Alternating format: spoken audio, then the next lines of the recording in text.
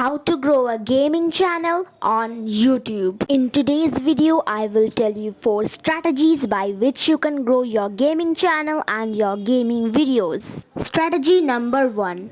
Voiceover. The first step is to record gaming video. While editing, you can add your voiceover. If you don't know what to tell, then you can just create up a whole story and share it with your audience related to the gameplay. Strategy number 2. Video auto caption. What are auto captions? These are auto captions which you can see on the screen. When you can use them to highlight whatever you are saying in your video. Strategy number 3. Thumbnail. By seeing these 2 thumbnails, I know you have understand what to add in your thumbnail. Your face in the 20% of your thumbnail, some arrows, elements, text, and that's it.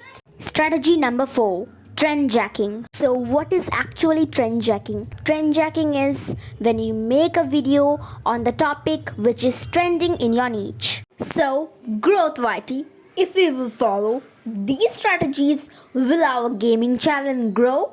The answer is both yes and no. 30 to 40% your gaming channel can grow because there are lots more other strategies.